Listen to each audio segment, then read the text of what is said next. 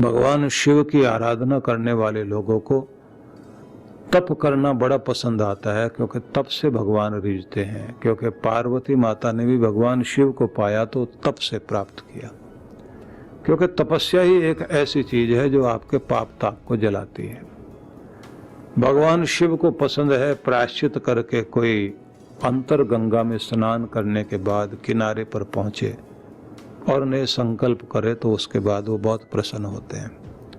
मेरा निवेदन यही है, एकांत में बैठ करके पिछली बीती हुई गलतियों को प्रायश्चित करके नए ढंग से जिंदगी जीने के लिए संकल्पित हों। उसका परिणाम ये होता है कि हम नए हो जाते हैं, नया निखार जीवन में आ जाता है और शिव हमारे साथ जुड़ जाते हैं।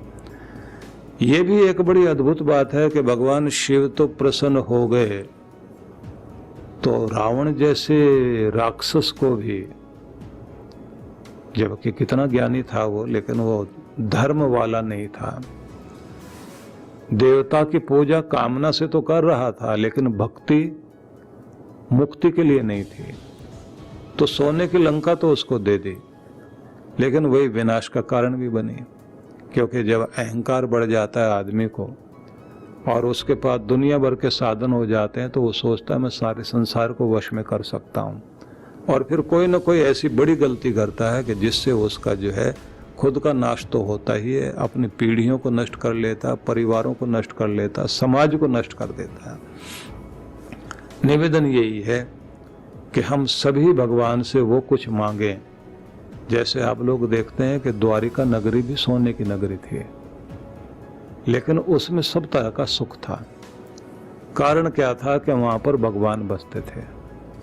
जिस सोने की नगरी में रावण बसता हो वहां सुख नहीं है, जहां दुष्टता बसती हो वहां सुख नहीं है। लेकिन जिस सोने की नगरी में जो है भगवान बसता है, तो वो स्वर्ग नगरी बन जाती है।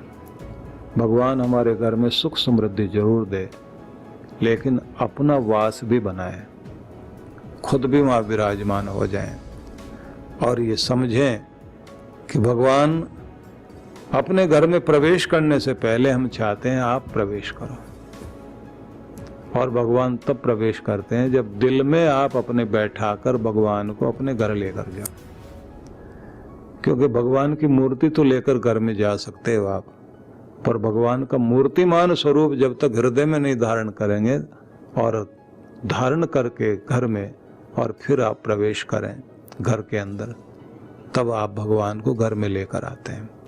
और जब भगवान को घर में लेकर आते हैं तो हर दिन भगवान की स्तुति महिमा का गान, और वहाँ पर भगवान के गुणों की चर्चा, और भगवान के लिए भोजन का पहला हिस्सा भगवान को भोग लगाएं। जीवों के लिए आप कुछ न कुछ करें, और अपनी कमाई का कुछ हिस्सा धर्म के लिए निकालें, और सभी भजने वाले, सेवा करने वाले, हाथ से कुछ भी सत्कर्म करने वाले बन जाएं, और चरण व्यक्ति के जो है सन्मार्ग पर चलने लग जाएं।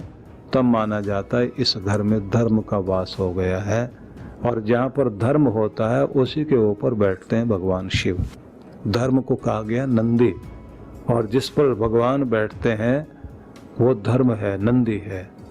तो भगवान तो तभी आपके घर आएंगे, उनकी सवारी तो आए, तो धर्म जीवन में आ जाए तो भगवान भी साथ में आते हैं।